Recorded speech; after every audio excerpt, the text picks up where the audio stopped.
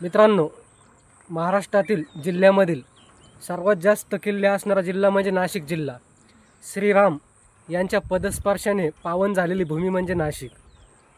जेव्हा पंचवटीला श्रीराम वनवास काळामध्ये होते तेव्हा त्यांनी येथे थांबले होते, त्यामुळे या किल्ल्याचं नाव रामशेज किल्ला असं पडलेलं होतं। आणि दुसरा इतिहास म्हणजे जेवढा हा किल्ला लहान आहे त्याचा इतिहास खूप महान आहे। कारण येथे जेव्हा श्री छत्रपती संभाजी महाराजांच्या कारकिर्दीमध्ये मोगलांशी हा किल्ला सतत 5.5 वर्ष या किल्ल्याने झुंज दिलेली आहे। आणि आज आपण हा किल्ला एक्सप्लोअर करण्यासाठी आलेलो आहे। सो व्हिडिओ पूर्ण बघा, आवडला तर लाईक। नाशिकमधून पेठकडे जाणाऱ्या मार्गावर नाशिकपासून 15 किलोमीटर अंतरावरती आशेवाडी नावाचे गाव रामशेज किल्ल्याच्या पायथ्याला वसले आहे। आशेवाडीतून कातळ माथा उंचवणारा रामशेजचा किल्ला दिसतो। या कातळ माथ्याच्या पूर्वेकडून गडाच्या माथ्यावर जाणारी पायवाट आहे। समुद्र सपाटीपासून या किल्ल्याची उंची साधारण 3200 फूट इतकी आहे। किल्ल्याचे एकूण क्षेत्रफळ 16 एकर असून लांबी 2200 फूट तर रुंदी 700 फूट आहे। किल्ल्याच्या पायथ्याशी बाईक पार्किंगची सुविधा सुद्धा आहे। बाईक पार्किंगचे 20 रुपये घेतात। रामशेज किल्ला प्रसिद्ध पावला तो छत्रपती संभाजी महाराजांच्या कारकिर्दीत मराठी आणि मोगल यांच्यातील संघर्षांचा रामशेज किल्ला साक्षीदार आहे। हिंदवी स्वराज्य गिळंकृत करण्याचे स्वप्न पाहत असलेल्या औरंगजेबाला या रामशेज गडानं तब्बल 5.5 ते 6 वर्ष झुंजवलं। नाशिक परिसर मोगलांच्या ताब्यात असला तरी रामशेजचा किल्ला मात्र छत्रपती शिवाजी राजांनी जिंकून घेतलेला होता।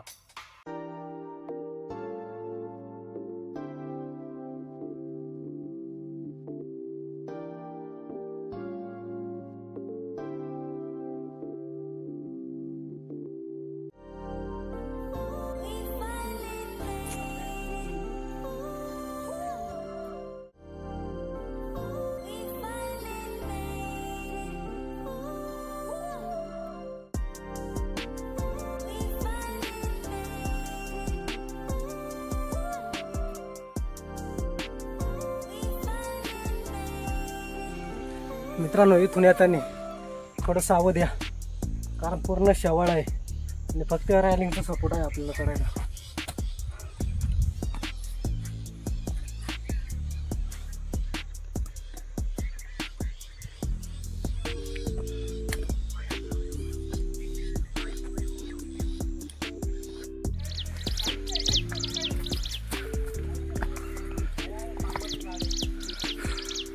गड फारसा उंच नसल्याने तासभरात आपण गडावर पोहोचतो।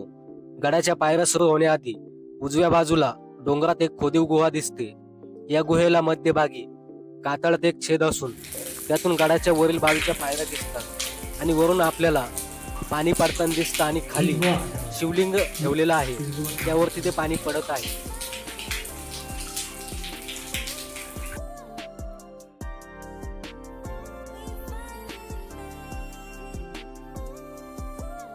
जेव्हा आपण उजव्या बाजूची गुहा बघतो ते झाल्यानंतर आपण वरती जातो। वरती आपल्याला एक अजून प्रशस्त गुहा दिसते आणि त्यामध्ये श्रीरामांचे मंदिर आहे। या मंदिरातच मित्रांनो डाव्या बाजूला जर आपण बघितलं तर एक भुयारी मार्ग आहे आणि भुयारी मार्गामध्ये हे एक पाण्याचं टाका आहे। ह्या पाण्याच्या टाक्यामध्ये 12ही महिने थंडगार पाणी राहतं।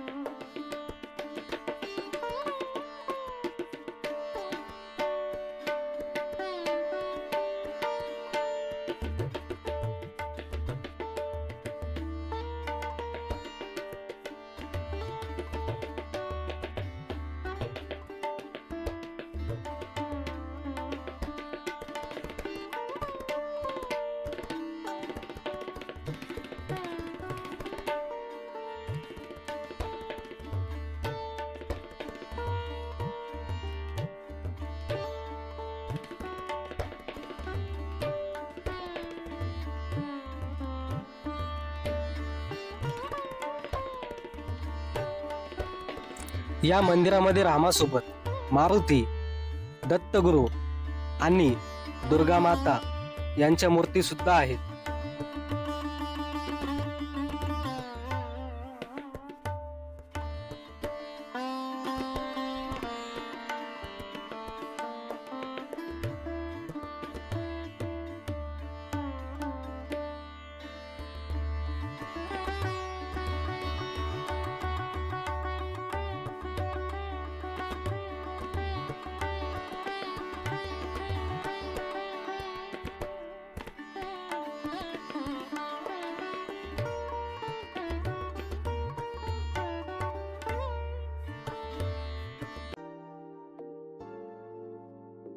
जेव्हा आपण मंदिरामध्ये मारुती, दुर्गा माता, दत्तगुरु आणि रामाचे दर्शन करून वरती जातो, तेव्हा आपल्याला मुख्य प्रवेशद्वार लागतो आणि डाव्या बाजूला आपल्याला टेहळणीचं बुरुज हे लागतं.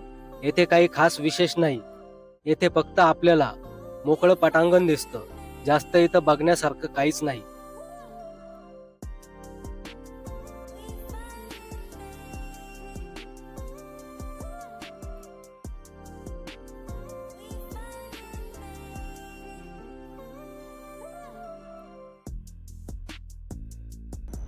मित्रांनो, आता आपण टेहळणी बुरुजवरती आहे, पण लोक किती मूर्ख आहे बघा.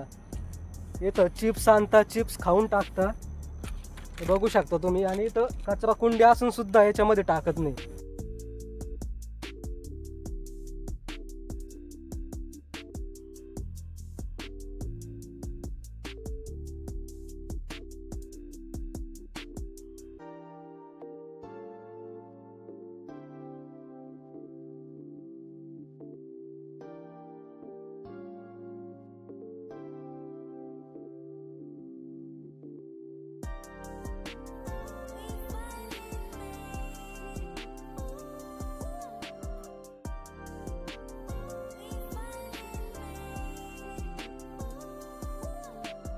जेव्हा आपण मंदिरापासून वरच्या बाजूला येतो, तेव्हा उजव्या बाजूला लागतो आपल्याला हत्ती दरवाजा.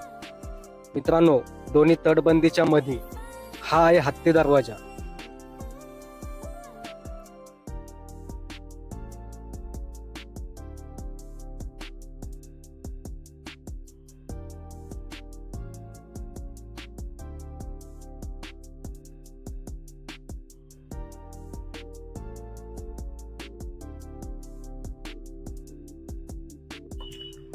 जेव्हा मित्रांनो आपण पुढे जातो, तेव्हा आपल्याला अजून एक गुहा दिसते.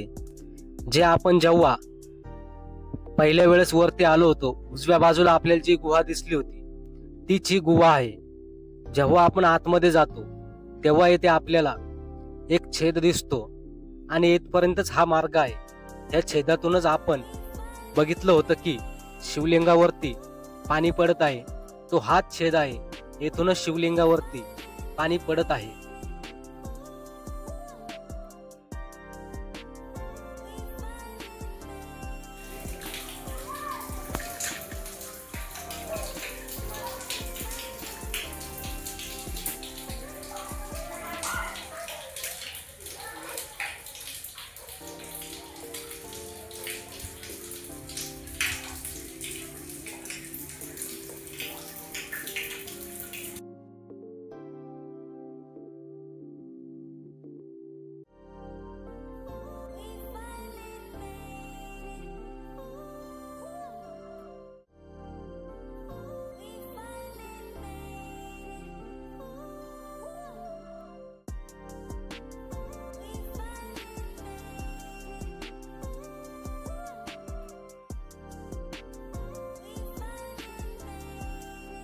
मित्रांनो, आता आपण एक्सप्लोर केला आहे चुन्याचा घाणा आणि हत्ती दरवाजान खाली आपण मंदिर बघितले आहे.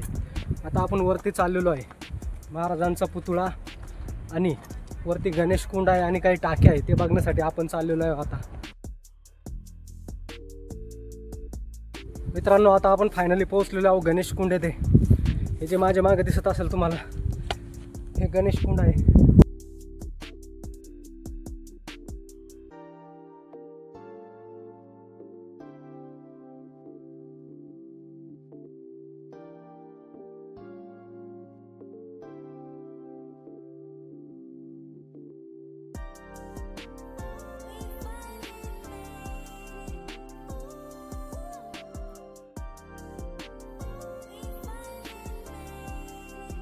मित्रांनो, आता आपलं गणेशकुंड एक्सप्लोअर करून झालेलं आहे. आता आपल्याला जायचं आहे उत्तर चोरखिंड. वरती शिवाजी महाराजांची मूर्ती आहे आणि भवानी मातेचं मंदिर आहे. तर आपल्याला इकडून असं ह्या रस्त्याने आपण जाऊ.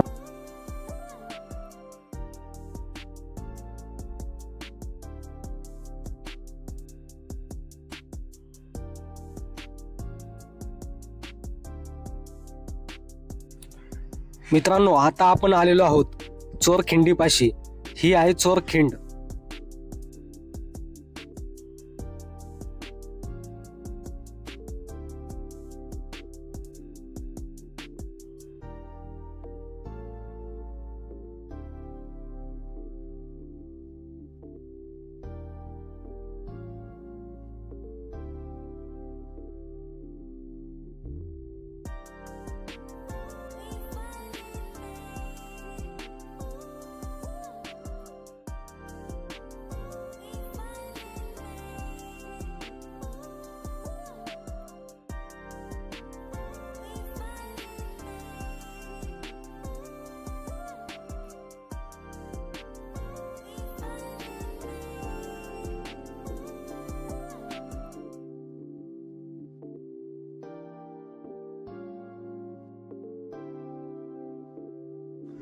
मित्रांनो, आपल्याला किल्ल्यांच्या उंच भागाहून सातमाळ रांग, त्र्यंबक रांग आणि बोरगड, देरगड आणि इतर डोंगर दिसतात.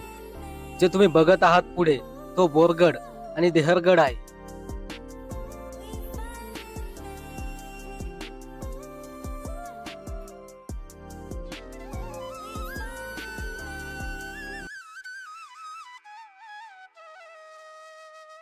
आता आपण चाललो आहोत भवानी मातेचं मंदिर बघण्यासाठी. मंदिराच्या खालच्या बाजूनेच गणेशकुंड होतं. तिथूनच आपण आता वरती आलेलो आहोत. वरती आल्यावरती आपल्याला दिसतं ते प्रथम भवानी मातेचं मंदिर. भवानी मातेच्या मंदिरासमोरच एक सिमेंटची गोलाकार दीपमाळ आहे. याच्यानंतर आपल्याला दिसतं ते भवानी मातेचं मंदिर आणि मूर्ती.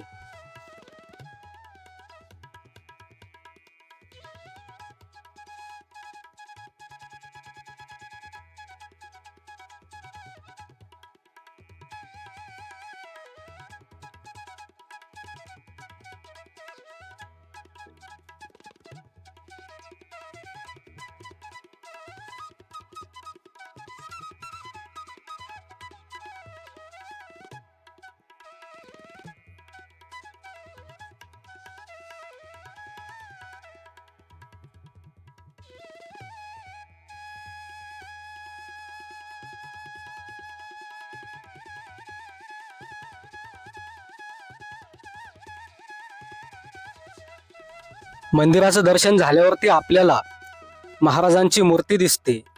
ती मूर्ती मंदिरापासून जवळच आहे.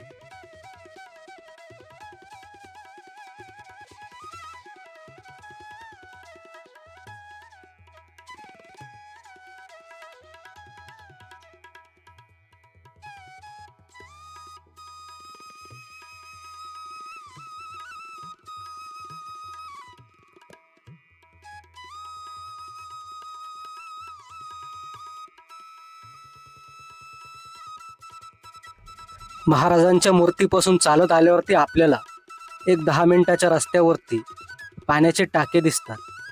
पाण्याचे टाके बघून झाल्यावरती आपल्याला किल्लेदार वाडा हा एकदम पडलेला वाडा आहे. त्याचा अवशेषच बाकी आहे. ते पण येथेच आपल्याला बघायला मिळतात. मित्रांनो, आता आपण आलेलो आहोत किल्लेदार वाड्यावरती. हा जो वाडा आहे पूर्ण पडलेला आहे, पण त्याचे अवशेष बाकी आहेत. किल्लेदार वाड्याच्या खाली अजून एक पाण्याचं टाका आहे. ते बघण्यासाठी आता आपण जात आहोत.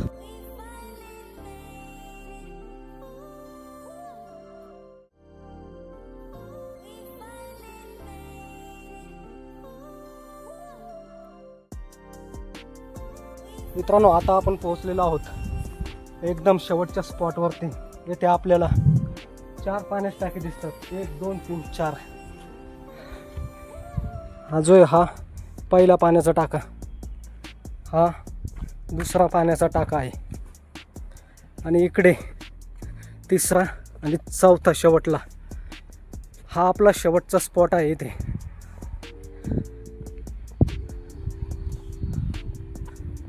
शेवटचा जो टाका आहे तो खूप मोठा आहे.